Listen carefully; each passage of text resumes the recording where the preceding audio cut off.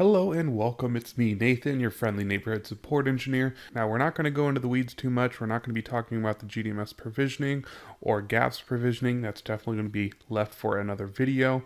We're going to go down to bare bones and learn how to manually register our various Grandstream products.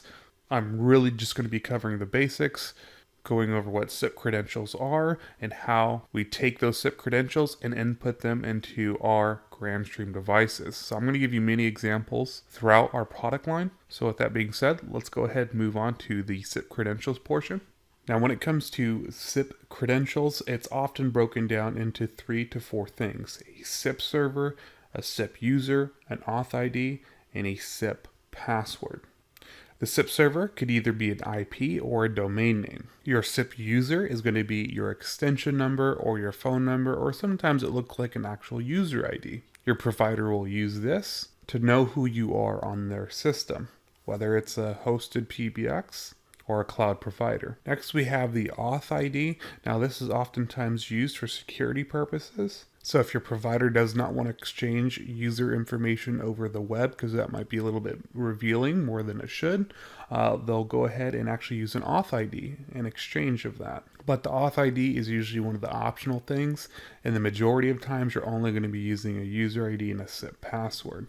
Now for the SIP password, it is literally going to be a password, and any good password is going to have randomly generated characters, both upper and lowercase, and it should be secure. But as you can see, getting a device registered, it's as easy as logging in as you would if you were logging into social media or your email. Now with that said, I'm going to actually show you what it looks like when our PBX generates this SIP info, so that way we can compare and contrast. And we'll also use that information and plug it into the various Grandstream devices.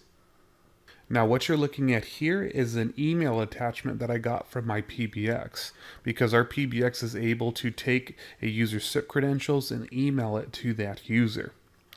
But as you can see, we have a couple different SIP servers here. We have our SIP local address and our public address. Now we'll be using the SIP server address if we are local to the PBX or if the PBX is on site to you. But if it's remote, more than likely you're going to be using the public address. Then underneath that, I have a SIP user ID, which just so happens to be my extension. And under that, I have my authentication ID, which is the same as my SIP extension, which, believe it or not, that can often be the case. Then below that is our SIP password or authentication password, also sometimes referred to as a SIP secret. That will be my password for authenticating my extension to my server. Now, additionally, below that, we have our GSWave settings. This is something built onto our PBX, which allows us to register as an extension directly through the web interface of our PBX, which is a pretty cool feature.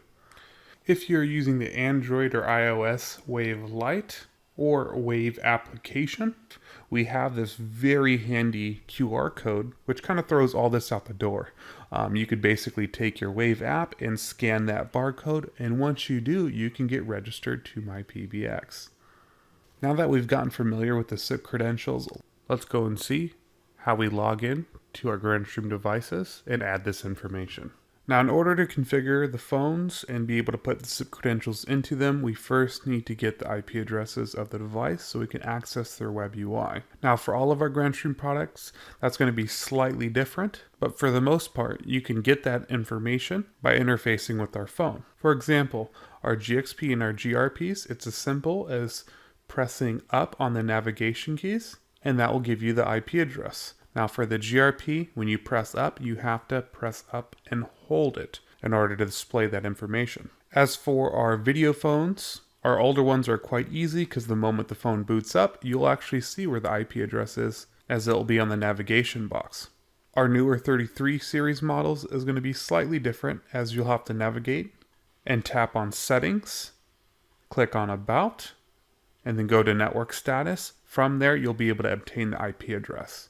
Now when it comes to our HT and Gateway series, this can be a little bit trickier, but it's still not all that hard. If you have an analog phone with our HT series, you can go ahead and plug that analog phone into the FXS port and then dial *** 3 times.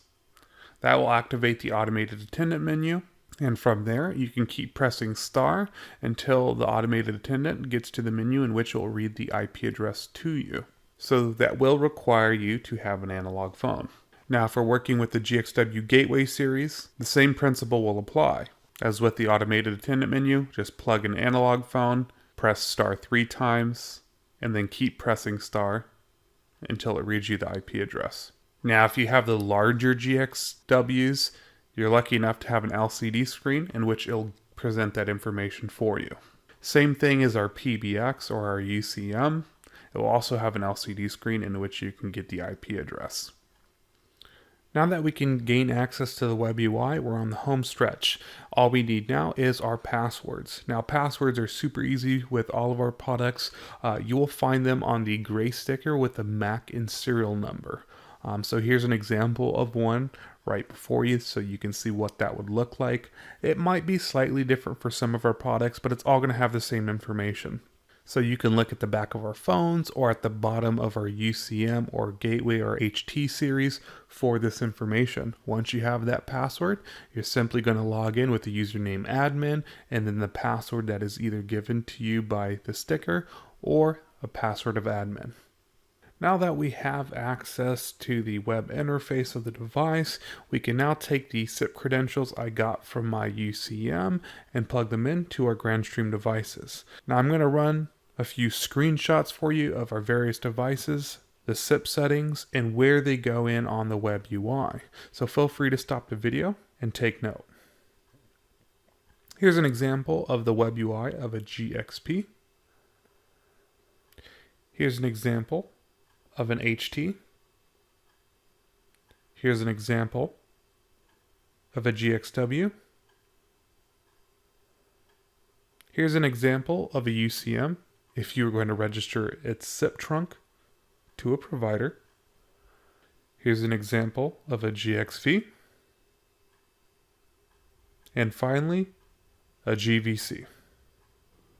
Alright, that's it for this video. Thank you for sticking around, and always, please subscribe and give a like on this video. If for some reason you have any issues registering a device with Grandstream, please file a ticket and run a packet capture on those devices. With that being said, I'm Nathan with Grandstream Support, and as always, you have a good one.